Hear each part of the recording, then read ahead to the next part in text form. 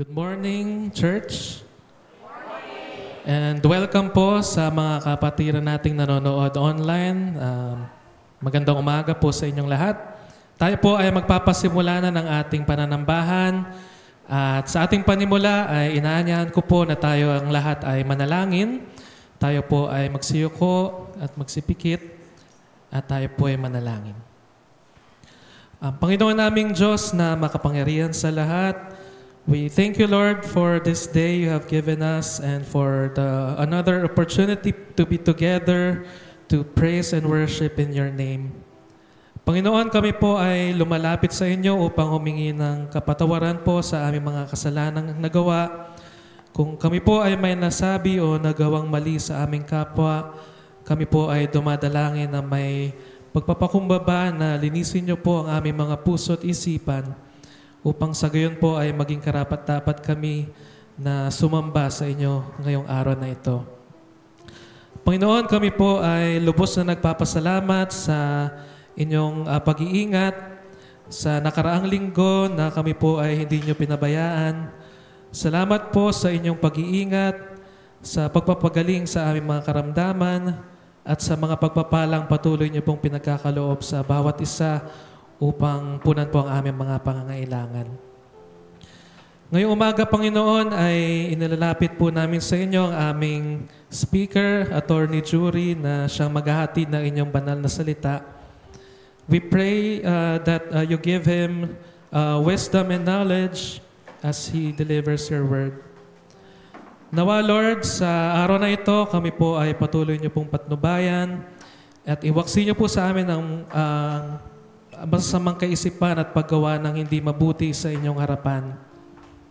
At ilayo niyo po kami sa mga masasamang balak ng kaaway at basbasan niyo po kami ng dugo sa araw na aming pagsamba. Ito po ay dinadalangin namin sa pangalan ng inyong bugtong na anak na si Jesus. Amen. Para po sa ating announcements and greetings,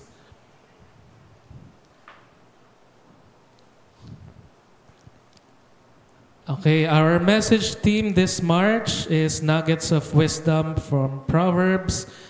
And for the month of April po, ipagpapatuloy po natin itong message theme na ito.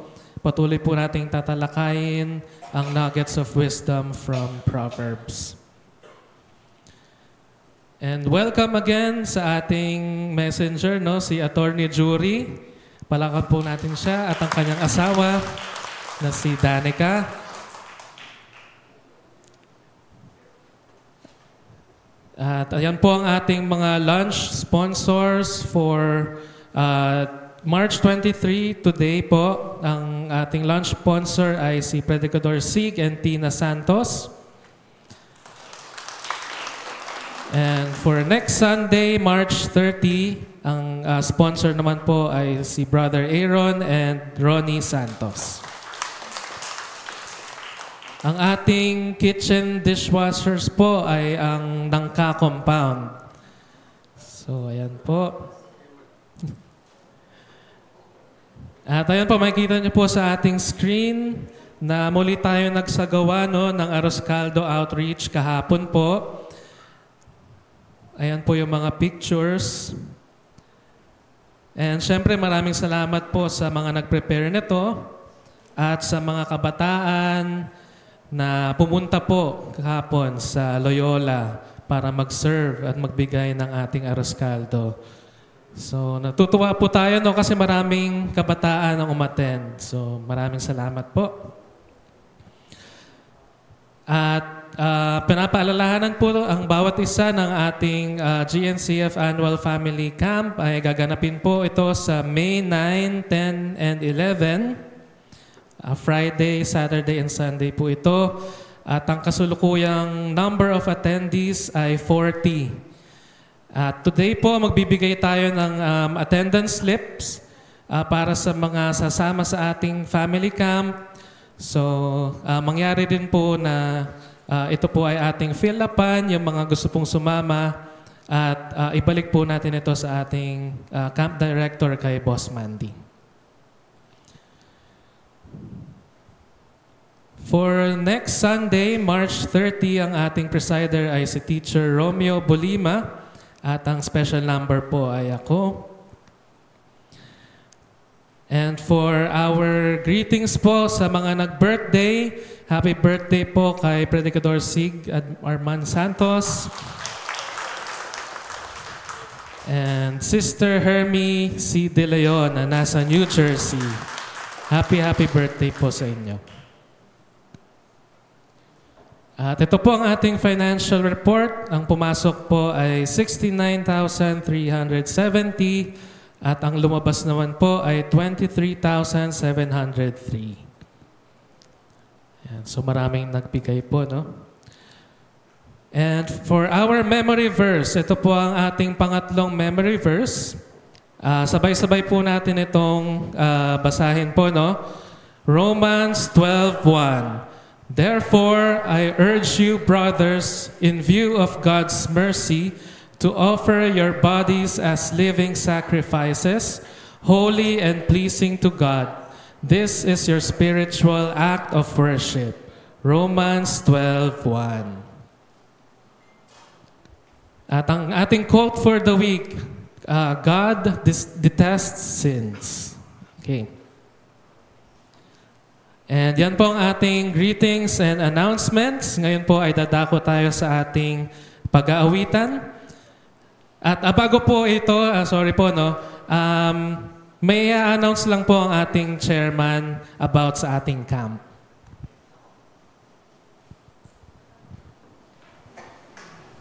Thank you, Jury. EJ.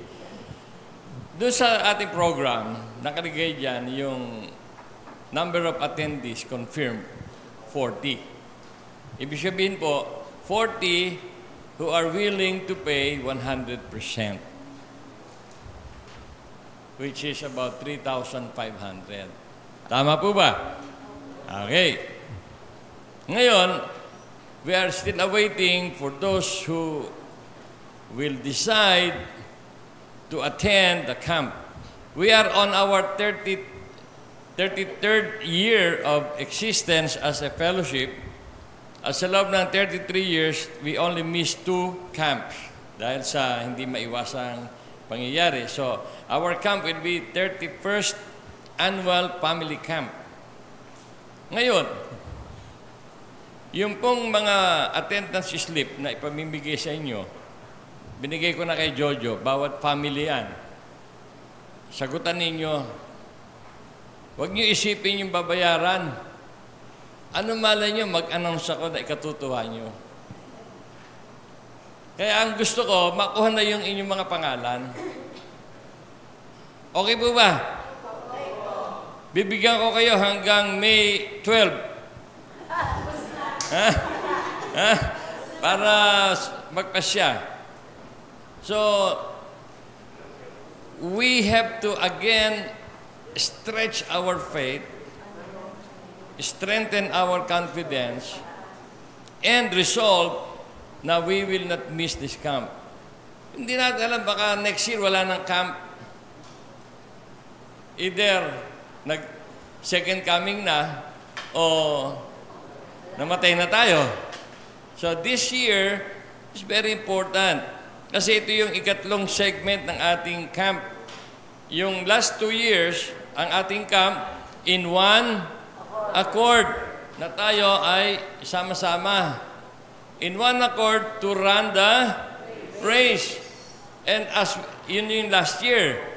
And as we run the race, we will finish together. Yun ang ating team. This year, ang ating team, we will finish together. Now, if you will not run with us, how can you finish with us? Okay. So, sa susunod na taon, another sequence ng ating team. So, I want you to decide to attend. And when you decide to attend, money will come. Tama po ba? Oh. Kasi God doesn't want us to live a defeated life. Ay, naku, ang laki, naku, hindi ko kaya.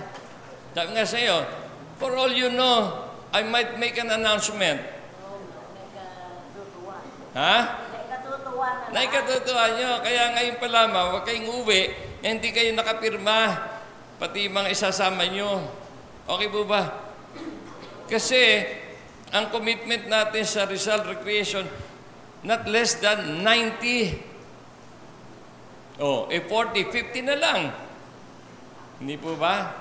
Yung iba sa inyo, nag-aalanganin pa eh. Sige kayo. Baka nga hindi kayo pasamahin ng God. Ha? Nanakot pa eh, no? It can be possible. Total, hindi ka naman sasama. Sige, hindi ka na sasama. No. We have to make a decision. This is something not only for yourselves, but for the fellowship. Sumama kayo, nako. You are missing so much pagka hindi kayo sumama. Hindi kayo sumama, sa bahay lang kayo. Andun lang, nakatunganga lang kayo. Mantanang ko na tayo sa camp. Alam niyo, last year, ang ganda ng blessing ng God. Pinadala ng God ang masaganang ulan.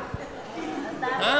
Masaganang ulan na nagkalaglag yung mga bunga ng mga mangga na pinamigay na. Kung hindi dumating yung ulan, wala tayong maiuwing mangga. Sina Cosme, talaga. May avocado pa. May avocado pa. You see? By the way, mamaya mag-uwi kayo ng mangga. Yung mangga ng church na nag-harvest tayo, meron dyan mga nakasupot na 4 na bilang lang naman para kumasya. Then, next week, baka malalaki na yung bunga ng kamyas. Ang daming mga Christian kamyas yan eh. Ito, Christian mango yan eh. Matatamis. These are the blessings of God. But for the camp, decide to come. Decide to attend. And God will provide. Amen? Amen. Maraming salamat po. At ngayon po ay nasa panahon tayo ng ating pastoral prayer. At tinatawagan po natin ang ating Chairman Armando Santos to lead us. Amen. Awitin po natin ang ating prayer song. Alam kong may magagawa ang Diyos. Let's put it on the screen.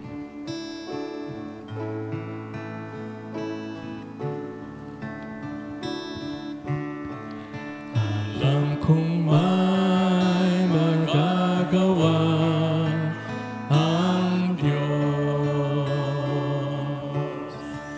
Alam kong may magagawa ang Diyos.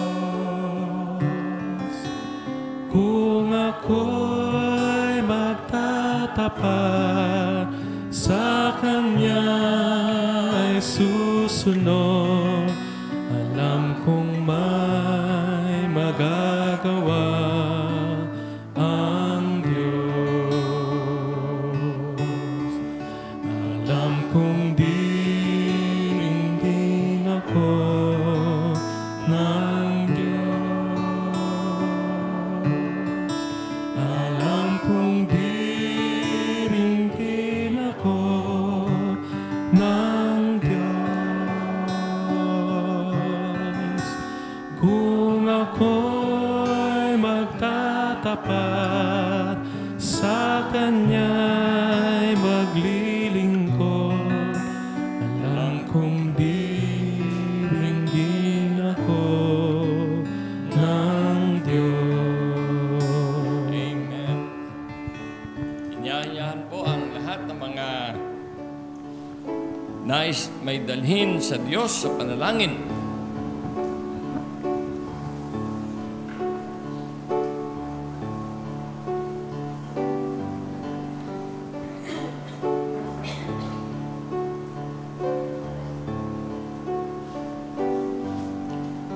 Nais ko pong basahin ang ilang talata, bahagi ng panalangin ni David sa Diyos sa panahong siya ay sinasalanta ng mga pagsubok. Ang sabi po dito, ang taglay kong suliranin, nababatid mo ng lahat. Pati mga pagluha ko'y may talaan ka ng ingat. Kung sumapit ang sandaling ako sa iyo ay humibik, ang lahat ng kaaway ko ay tiyak na malulupig. Pagkat aking nalalamang Diyos ang nasa aking panig, may tiwala ako sa Diyos, pangako niya'y iingatan, pupurihin ko si Yahweh sa pangakong binitiwan. Lubos akong umaasa, may tiwala ako sa Diyos. Kung tao rin katulad ko, hindi ako matatakot. Ito po ay mga talatang nagbibigay sa atin ng katiyakan na sa sandaling tayo may mga pagsubok sa buhay, suliranin, mga karamdaman, mga pangangailangan na parang gusto tayong lupigin, we can always rely on the kindness of God, on the promises of God, mga pangako niyang binitawan na hindi niya kalilimutan. Kaya sa diwang ito, madarama natin yung katotohanan ng sinabi ni Jesus sa Matthew 11:28. Lumapit kayo sa akin, kayong lahat na napapagahal at nabibigatan sa inyong pasanin, at kayo'y pagpapahingahin ko. We can only find peace. We can only find confidence in God through Jesus Christ. Kaya po kayo mga nasa upuan, samahan po natin ang ating mga kapatid na nasa harapan sa kanilang paglapit sa Diyos, sa ating paglapit sa Diyos sa pamamagitan ng panalangin. Tayo po ay manalangin. Aming Diyos at aming Ama, lumalapit po kami sa iyo.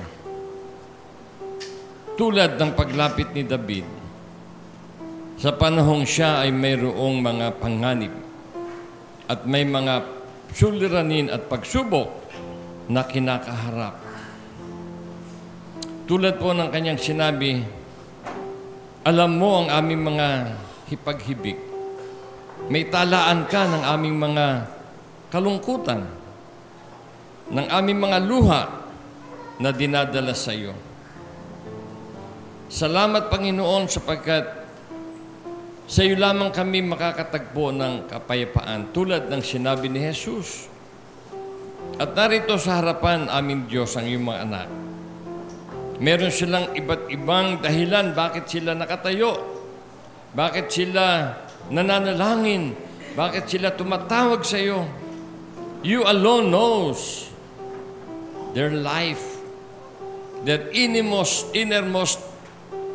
needs na kanilang dinadala sa iyo. Subalit, Panginoon, anuman ang mga suliranin na ito, hindi sapat upang hindi kami magpasalamat sa iyo, magpuri sa iyo, iparating sa iyo ang pagkilala namin sa iyong kagandahang loob. Sa umagang ito, aming Diyos, amin pong sinasamahan si Mandy na nagdiwang ng kanyang karawan, si Hermie na nagdiwag ng kanyang karawan. Salamat, Panginoon, sa kanilang buhay. Salamat sa kanilang paglilingkod. Salamat sa kanilang pag-ibig sa iyo. Dalangin namin patuloy mo silang pagpalain, pasaganain sa buhay, patuloy silang magkaroon ng kapayapaan, magkaroon ng desire to serve you more sa iba't ibang anyo ng paglilingkod. Narito sa harapan ng iyong mga anak, may mga karamdamang dinadala sa iyo. Matagal na panahong patuloy nilang ipinagtitiwala sa iyo ang kanilang kalagayan. And you know their names. You know exactly the situation ng kanilang kalusugan. And we pray, Lord, that you, our God, our Jehovah Rapha, will manifest ang iyong kapangyarihan to keep them on going, to keep them healthy, even as they wait for the day that they will be healed and cured and delivered sa iba't ibang karamdaman na meron sila. In the meantime, Lord, I pray Pagpalain mo ang kanilang financial capability, Lord, to address ang kanilang needs for medicines, for medical care. Ikaw, Panginoon, ang mag-provide sa kanila nito. At nawa, masumpungan mo po sila na patuloy na nagtatapat sa iyo. Narito sa harapan ng iyong mga anak, mayroong mga dinadalang mga pagpapasya na dapat nilang gawin. May kaugnayan sa kanilang trabaho, sa kanilang negosyo, maging sa kanilang mga mahal sa buhay. Lord, I pray, bigyan mo sila ng katugunan, bigyan mo sila ng katiyakan na alam mo ang kanilang mga idinadaing sa iyo. Ang dalangin ko po, Panginoon, magkaroon sila ng kakayahang maghintay, umasa, magtiwala na ang kanilang mga kalagayan, ang kanilang mga suliranin, ang kanilang dinadala ay bibigyan mo ng katugunan ayon sa iyong kapangyarihan, ayon sa iyong kagandahang loob. Salamat sa iyo, Panginoon, sa umagang ito, sapagkat binibigyan mo kami ng opportunity to exercise our faith through prayers. Salamat, Panginoon, sa iyo sapagkat sa ganito mga pagkakataon na we are able to declare that you are our Jehovah Rapha, the God that will heal our disease. That you are our Jehovah Jireh, the God that will supply our needs. You are our Jehovah Shalom, the God that will give us peace. You are our Jehovah Shammah, the God who will always be with us. In every situation and condition in life, naroon ka, Panginoon, upang kami ay bigyan ng pag-asa, bigyan ng kalinga, bigyan ng katugunan sa aming mga pangangailangan sa buhay. Nawa aming Diyos, patuloy mo ring pagpalain ang aming mga kapatiran, mahal sa buhay na nasa ibang bansa, bunga ng kanilang paghahanap buhay, bunga ng mga desisyon kailangan nilang gawin, that you will also reach out to them even as they are with us every Sunday online sa aming pananambahan. Keep them safe, keep them healthy, keep them strong. Not only physically, not only emotionally, but most especially spiritually, that they will continue, Lord, to be strong in their faith in you. Maraming salamat, Panginoon, sa aming mensahero ngayong umaga. We pray for, as we prayed this morning, we also again pray for Attorney Churi, na gamitin mo siya as your messenger for your word that he will share to us. Help us, Lord, to open our hearts, to accept your message to us, and to have the decision to simply put in practice whatever you will teach us to us through Attorney Churi. This is our prayer, Lord. This is our confidence. In Jesus' name, amen and amen.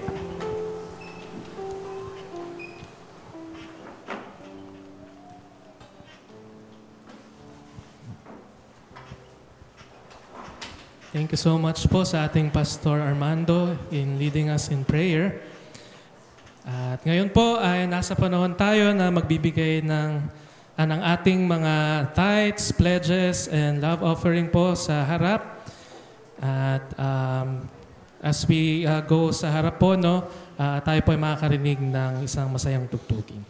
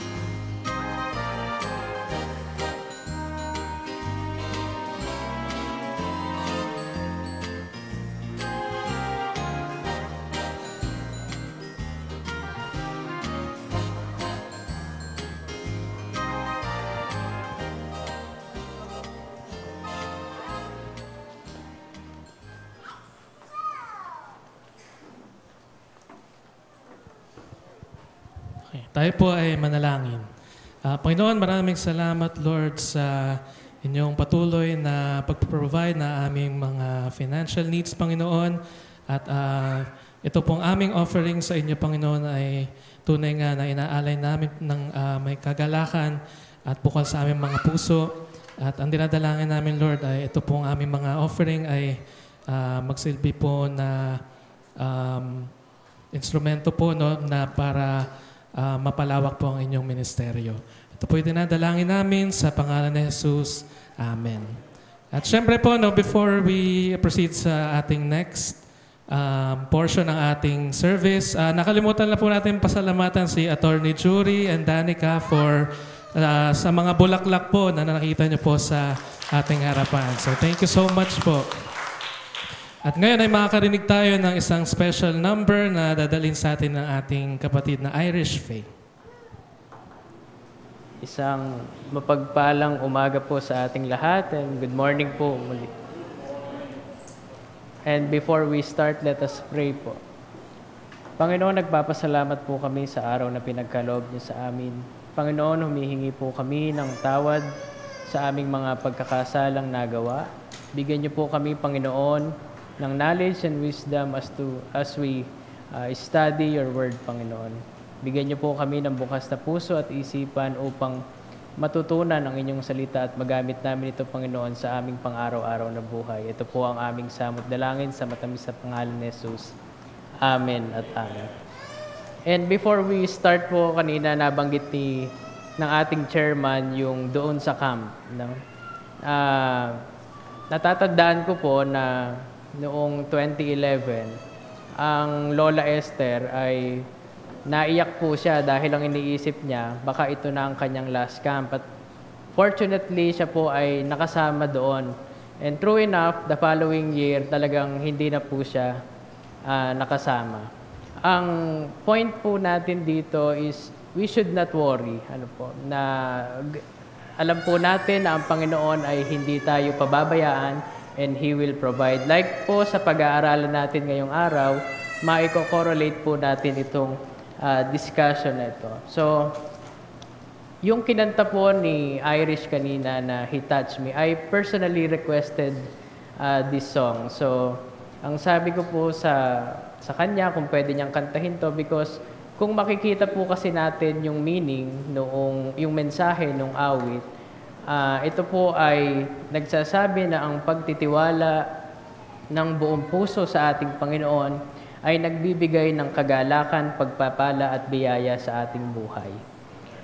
Yan po ang isa sa purpose ng kanta. Now, ang atin pong topic is trusting in the Lord.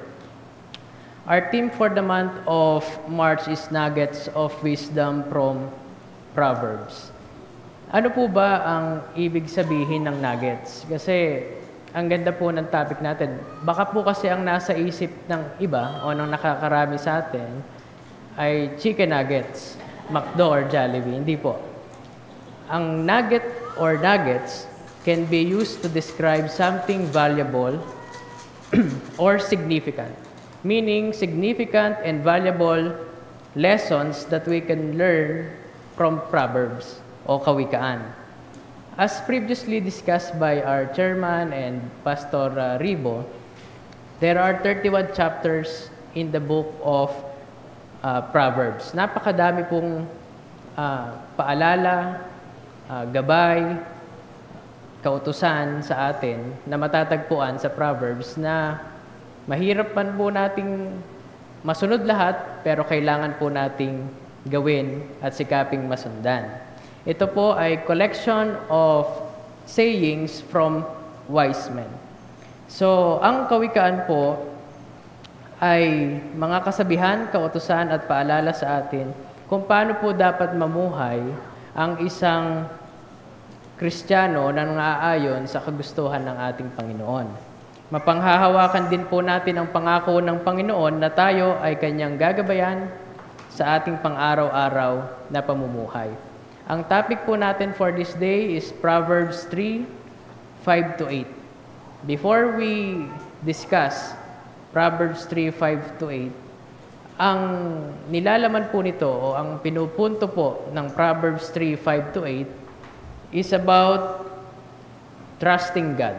Yan po ang pinaka-highlight ng verse na ito. Yan po ang kanyang pinupunto because trusting God is the foundation of a healthy and wise life.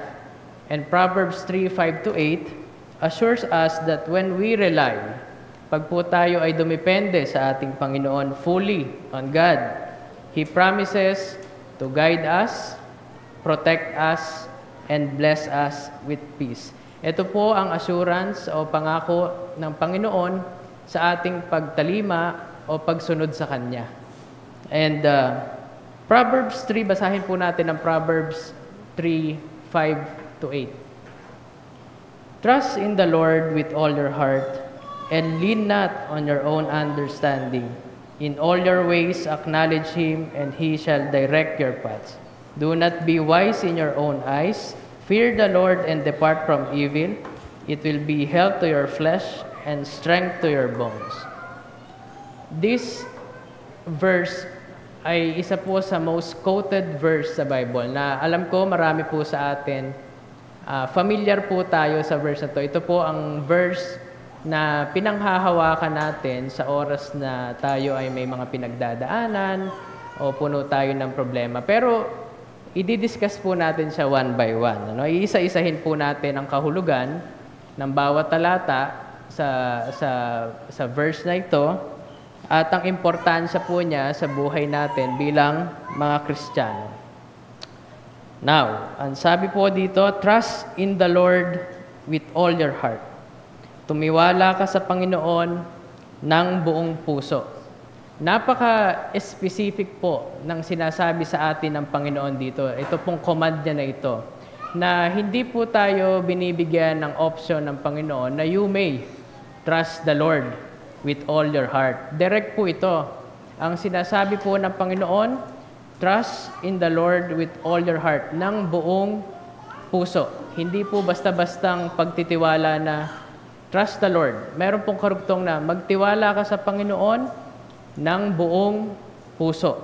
Meaning, with complete control, complete surrender. Kailangan po na sa pagtitiwala natin, isusuko po natin ng buong puso ang ating pagtitiwala sa Panginoon. Now, hindi lamang po ito not only during difficult times, but also at all times. Dito marami po sa mananampalataya, including myself, guilty po tayo dito. Na naaalala lang natin itong verse na ito, ang pagtitiwala sa Panginoon, pag ang buhay po natin o tayo ay may pinagdadaanan, meron po tayo mabibigat na pagsubok na dinadanas. Pero ang sabi po ng Panginoon, hindi lamang po sa panahon ng mga ito, kundi at all times, sa lahat po ng panahon. Kung tayo po ay masaya, kung tayo po ay puno ng pagpapala sa Panginoon, kailangan po naaalala natin siya. Hindi lamang po sa oras na yun nga po yung kagipitan, kalungkutan. Natatandaan ko po nung ako ay nagre-review for the bar 3 years ago. Ito po ang verse na kung hindi araw-araw ay napakadalas na sinesend ng aking mami na aking pinanghawakan. Ngayon, ang realization ko po dito, nung that time na binabasa ko siya, na oo nga, bakit kung kailan meron dadating sa buhay ko na isang malaking bagay, ay tsaka ko lang siya binabasa. Bakit hindi ko siya nababasa noong mga panahon na wala naman akong kinakailangan. Now, we should recognize that we are not meant to live independently of Him, meaning God. Hindi po tayo nasa mundo na ito upang mamuhay ng independent sa Panginoon dahil tayo po, ang ating buhay ay nakadepende sa Panginoon. And kailangan po natin, malinaw po, na kailangan natin ang Panginoon sa ating buhay. At bago po makapasok ang ating Panginoon, gaya po ng sinabi sa kanta, kailangan po ay magkaroon tayo ng complete surrender, pagtitiwala sa Panginoon. Dahil ang pagtitiwala po sa Panginoon, ang assurance po sa atin ng Panginoon ay isang pagpala, mabiyaya na buhay. Now, lean not on your own understanding. Huwag kang manalig sa iyong sariling kaunawaan. Ang salita po ng Panginoon, ang command po ay wag. Ano po? Wag kang manalig sa iyong sariling kaunawaan. Typical na reaction po ng mga mananampalataya, hindi lamang po ng mga mananampalataya o ng mga tao, na pag meron pong dumadating na isang bagay na kailangan ng pagdedesisyon sa kanilang buhay, ang una pong nangyayari lagi dito, yung desisyon ng tao na akala natin na ito yung nakakabuti para sa atin. Pero ang hindi po natin kino-consider na before po tayo mag-decide, mas kailangan pong mauna ang paghingi natin ng guidance sa Panginoon. Panginoon, ano ba ang iyong ipagkakaloob? Ang iyong pangunguna, ikaw ang manguna sa aking buhay. Hindi po yung tayo po ay lalapit sa Panginoon na meron na po tayong sagot sa isip natin. Yan po ang, at hindi po dapat din tayo dumidepende sa sariling pag-iisip natin dahil ang pag-iisip po natin ay limitado lamang. Tatandaan po natin na ang plano at ang pangako ng Panginoon sa buhay natin ay hindi po, makakasigurado po tayo na hindi po tayo papabayaan ng ating Panginoon. At ang kanya pong plano ay lagi para sa ating ikabubuti.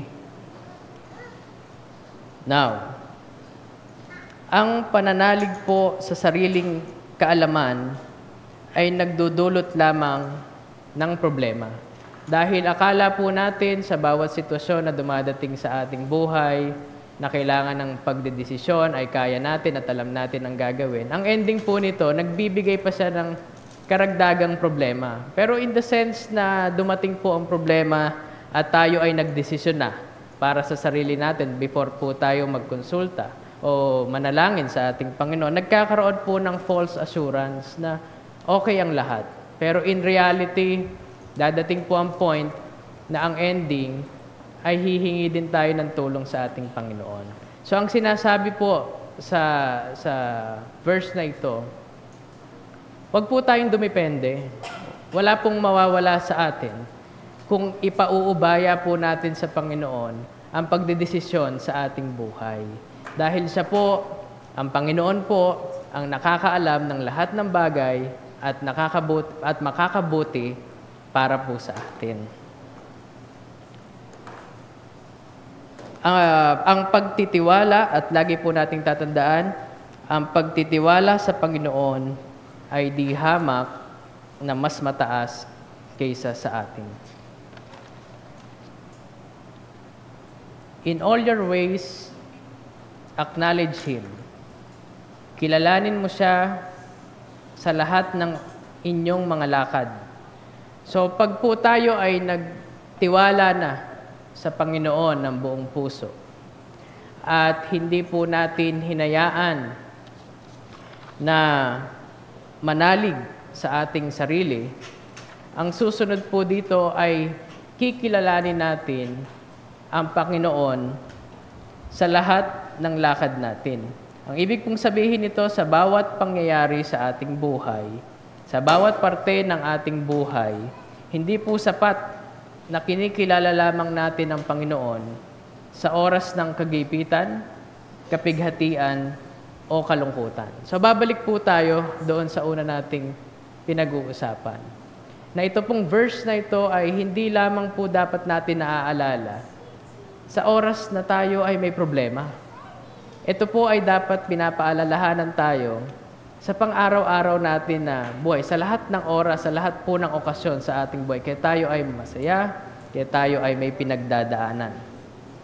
Sinabi po dito ng Panginoon na sa lahat ng aspeto ng ating buhay at sa lahat ng oras, ang pagtitiwala po natin sa Panginoon ay hindi po limitado pag kung kailan lang tayo may problema. Kaya wala po tayong nararanasang problema, kaya naaayon po ang mga nangyari sa ating buhay. Lagi po nating tatandaan na ang Panginoon ang dapat na siyang manguna at magdesisyon sa ating buhay. We should always seek God's wisdom for every step. Hindi po yung namimili tayo kung kailan po natin aalalahanin ang Panginoon.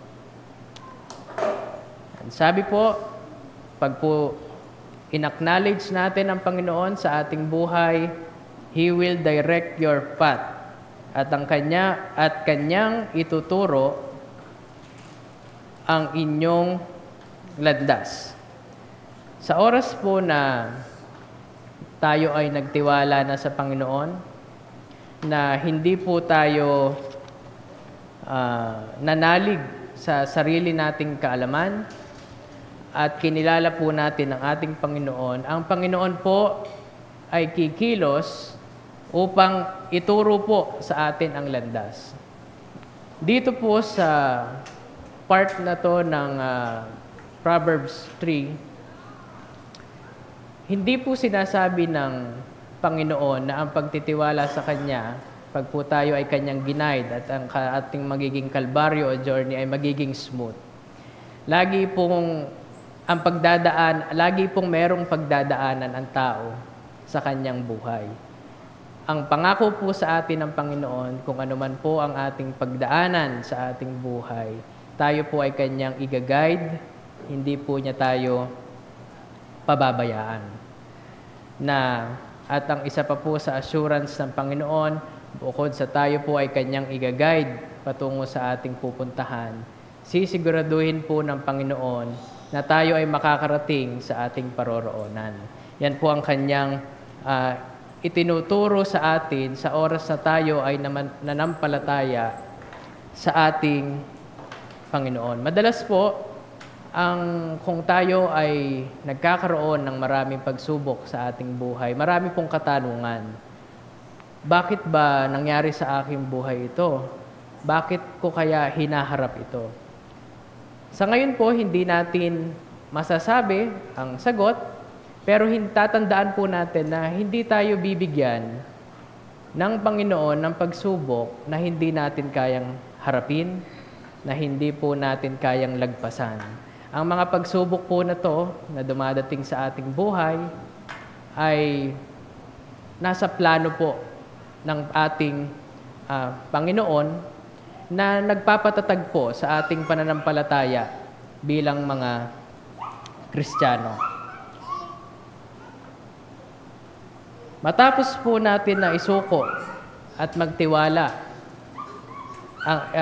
pagkatiwala lahat sa Panginoon, napakalinaw po sa Biblia na darating ang araw na tayo ay maliliwanagan sa kung ano ang nangyayari sa atin. Meron pong mga pagkakataon na tayo ay sinusubok ng Panginoon. At ito pong mga pagsubok na to, kahit po mabigat sa ating kalooban o tayo ay nahihirapan, in a sense, dapat po, for me, siyempre ako rin po nakaka-experience din ng mga problema, pero ako po ay nagpapasalamat sa Panginoon sa gawa ng kahit po may mga pagsubok sa ating buhay, masasabi ko po na wala naman po tayong hindi nalagpasan. Dumating man po ang gaano kahirap na sitwasyon sa ating buhay, lagi po siyang may solusyon. Hindi po umaabot sa punto na wala ka na talagang magawa. Saan ko po siya maihahalin tulad? Ako po, hindi ko hinangad, hindi ko po ma-imagine ang pinagkaloob ng Panginoon sa akin. Na sa pagtitiwala ko sa Panginoon, o minsan, mayroon po tayong mga pagkukulang, pero sa takbo po ng ating buhay, nakikita ko na ang Panginoon ay hindi po nagkulang sa ating buhay. Sa lahat po ng oras, gaya po nung Friday, hindi ko po ina-expect din sa buhay ko na ito po ang aking magiging profession. Na araw-araw po akong nakikipag-usap sa mga akusado. Ayan po, ano? So parang nagkakaroon na rin ba ako ng criminal mind? Pero hindi naman po. So nung Friday po, meron po akong sinamahan sa DOJ Manila, 9 police officers and officials. So first time ko pong mapunta sa Department of Justice, meron po silang hinaharap na kaso, and yung mga kaso po nila, hindi siya simple. Noong pong pababa ako sa Robinsons, Manila, naka-full uniform po sila, nakasulubong ko na sila. Ang lalaki po nilang mga opisyal. Nakatingin po yung mga tao at akala po ata dadalhin ako sa The Hague. Pero dito po, sa aking profession, ang lagi pong sinasabi ng mga akusado, gaya po ng mga police officials, na, "Attorney, ikaw na ang bahala sa amin, nagtitiwala kami sa iyo." So, ang point ko po dito is that dapat po sa ganong sitwasyon, although hindi ko naman po nasabi sa kanila na hindi, na question ko sila, pero dapat po ang initial reaction natin, sa Panginoon tayo lumapit sa mga oras na iyon. Dahil ako po, maaasistihan, pero ang Panginoon po ang makakatulong sa kanila. Totoo po iyon. Na hindi ko po kayang baguhin, hindi ko po kayang bigyan sila ng magandang resulta. Ang Panginoon po ang siyang mangunguna sa kanila. Ang sabi nga po, ang Panginoon ang greatest architect ng buhay. Planado na po ito ng ating Panginoon, kung ano man po ang mga pagsubok na ating dadaanan sa ating buhay. Ang pangako po muli ng Panginoon, tayo ay Kanyang i-guide, papatnubayan. Hindi po sinabi ng Panginoon na magiging madali ang ating journey. Pero nangako po ang Panginoon na nandyan lamang po siya sa atin at sisiguraduhin po niya na tayo ay makakarating sa dapat nating pupuntahan. Now, do not be wise in your own eyes. Huwag kang magpakapantas sa iyong sariling mga mata. Last week, nag-discuss po si Pastor Ribo about pride. Ito po iyon eh. Sabi po, pride in our wisdom is one of the greatest obstacles to living a life of trust. Napakadali po nating sabihin na alam natin at we are under control sa lahat ng bagay. Pero po ang paalala sa atin ng Panginoon, huwag kang magpakapantas sa iyong sariling mga mata.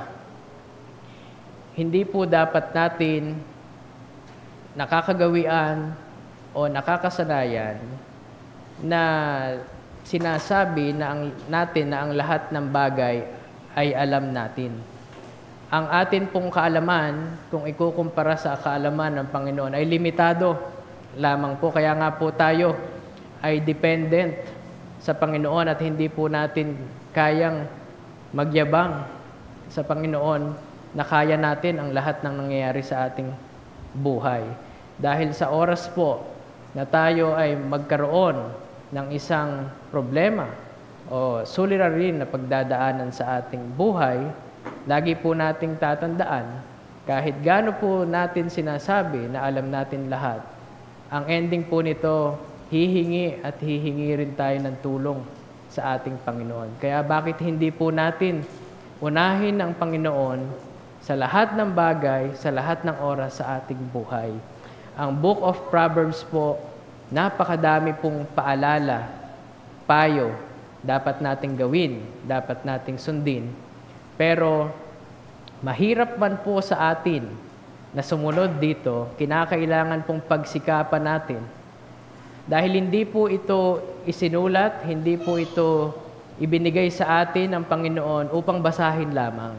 Ang goal po ng Proverbs ay maisabuhay natin ang mga pangangaral na to nang sa gayon po ay mamuhay tayo nang naaayon sa buhay ng kagustuhan ng Panginoon. This verse, "Do not be wise in your own eyes," encourages humility, pagpapakumbaba. Yan po ang sinasabi ng ating verse na tayo ay maging mapagpakumbaba. Meron pong mga pagkakataon na napakahirap magpakumbaba. Pero ang sinasabi po ng Panginoon bilang pagsunod, bilang pagtitiwala sa Panginoon ng buong puso, tayo po ay matutong magpakumbaba. Wala pong mawawala sa atin pag tayo po ay naging mapagkumbaba. Lagi pong mas may nasusolusyonan ang pagiging mapagkumbaba. Ang tao pong mapagmataas ay lagi pong ibinababa ng Panginoon. Pero ang taong yun po, itinataas po siya ng Panginoon. And this verse teaches that God's wisdom should be our standard. Tatandaan po natin na ang Panginoon ay Panginoong mapagkumbaba. Ang Panginoon po natin ay understanding. Naunawaan ang lahat ng nangyayari. Sa kabila po ng tayo ay mga makasalanan, ang Panginoon po natin ay nandyan pa rin. Makakaasa po tayo sa Kanya na sa lahat ng oras, anumang sitwasyon, andyan po ang ating Panginoon at ang ating Panginoon po ay buhay. Fear the Lord and depart from evil. Matakot ka sa Panginoon at humiwalay ka sa kasamaan. Ano po bang fear o katakutan ang sinasabi dito? Hindi po ito yung typical na pag tayo po, ng mga bata tayo, nakagawa tayo ng mali, ay natatakot tayo sa ating mga magulang na baka paluin tayo. Or pag po tayo nakagawa ng kasalanan, o lumabag sa batas, na tayo po ay natatakot. Hindi po ganung takot ang sinasabi dito, na sinasabi ng Diyos na fear the Lord. Ang takot po na sinasabi dito ay ang pagpapakita ng takot sa Panginoon dahil alam natin na nirerespeto natin ang kapangyarihan, kabanalan ng ating Panginoon sa ating buhay. Ang takot po na pinahihiwatig ng Panginoon sa atin sa verse na to is somehow tantamount to respect. Bilang respeto po, tayo po ay natatakot sa Panginoon. Gawa ng siya ay banal. Ang kanya po, natatakot po tayo sa Panginoon bilang respeto dahil sa kanyang kapangyarihan sa ating buhay. Na siya po ang Panginoon na nagbibigay ng ating mga pangangailangan. This type of fear leads to wisdom as we recognize our smallness in comparison to God's greatness. Wala pong makakapagkumpara na tao sa Panginoon. At dahil tayo po ay meron ng takot sa Panginoon, na tayo po ay nagtiwala ng buong puso sa ating Panginoon, hindi po tayo dumepende sa sarili nating kaunawaan. Kinikilala po natin ang Panginoon sa ating buhay. Itinuturo po ng Panginoon ang landas sa atin. Hindi po tayo nagpapakapantas sa ating sariling mga mata. At tayo po ay may takot sa Panginoon. Ang susunod po nito ay tayo na po ang magkukusa na lumayo, to turn away from sin and temptation dahil or because we respect and honor the Lord. Yan po ang napakagandang mensahe ng ating Panginoon sa ating buhay. Na tayo ay magkakaroon na ng kusa na tumanggi dahil bilang pagkilala sa Panginoon, bilang respeto sa Panginoon, sa Kanyang kapangyarihan, sa Kanyang kabanalan, tayo po ay lumalayo na sa anumang tukso, anumang kasalanan. To honor God, para po tayo ay magbigay ng papuri at hindi po magbigay ng kahihiyan, hindi lamang po sa ating sarili, kundi bilang kahihiyan sa Panginoon. At ang huli pong verse na part ng Proverbs 3 is that it will be health to your flesh and strength to your bones. Pero in Tagalog version po, ang sabi dito, magiging kagalingan sa iyong pusod ay utak sa iyong mga buto.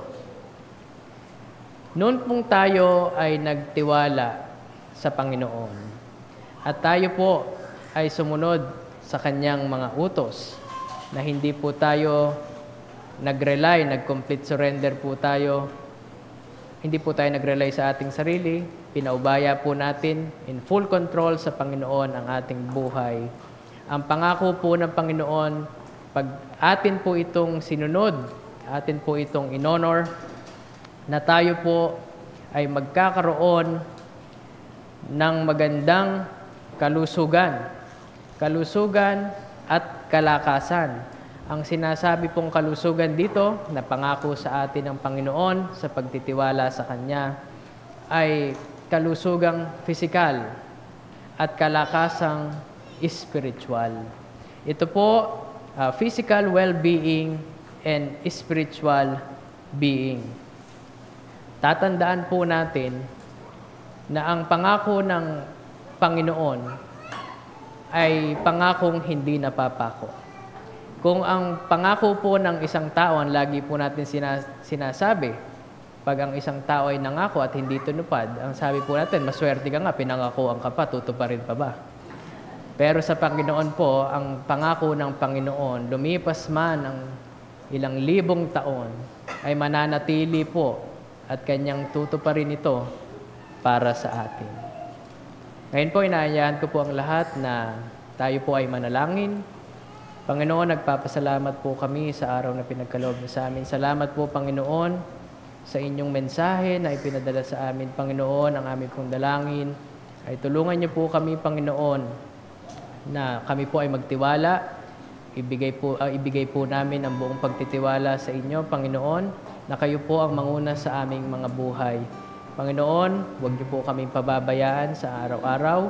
Kung ano man po ang aming mga problema dinadanas, alam namin, Panginoon, na nandyan kayo at handang tumulong sa amin at hindi niyo po kami pababayaan. Muli, maraming salamat po, Panginoon, sa araw na ito at sa inyong salita. Amen. Amen. Maraming salamat, Attorney Jury, sa iyong message. At hopefully, na ma-apply po natin yung mga lessons nung verse na ating pinag-aralan so we can cultivate a deeper trust sa ating Panginoon and live a life that honors Him. Ang ating closing prayer and benediction. Tayo po ay tumayong lahat. Tayo ay manalangin. Aming Diyos at aming Ama, tunay po na ang aming puso ay puno ng kagalakan sa iyong mensahe sa aming lahat na maliwanag na ibinigay mo sa pamamagitan ni Attorney Jury. Ang amin pong dalangin, tulungan mo kaming lahat na hindi lamang kami nagalak, hindi lamang kami nahamon, kundi kami, Panginoon, ay magsimulang mabago. Isa pamuhay ang aming napakinggan at natutunan ngayong umaga.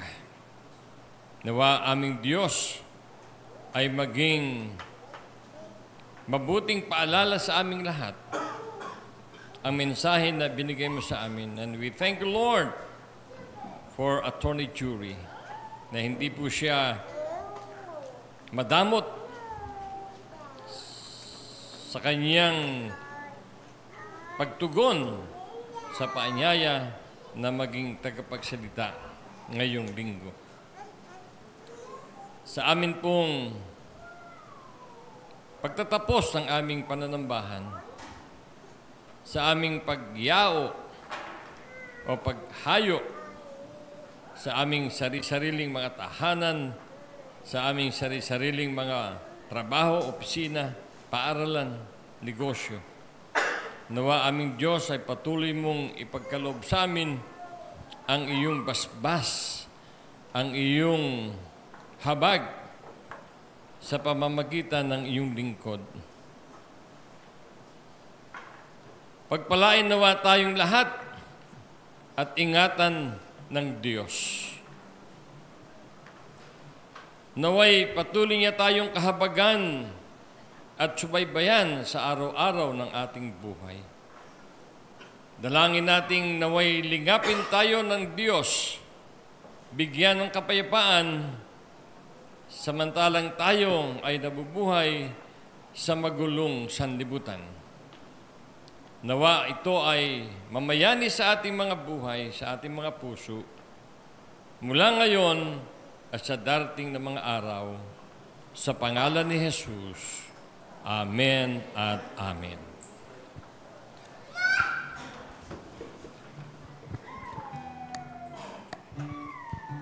Sabay-sabay po nating bigkasin ang ating commitment verse. Maging kalugod-lugod nawa ang mga salita na aking bibig at ang pagbubulay-bulay ng aking puso sa iyong paningin, O Panginoon na aking malaking bato at aking manunubos.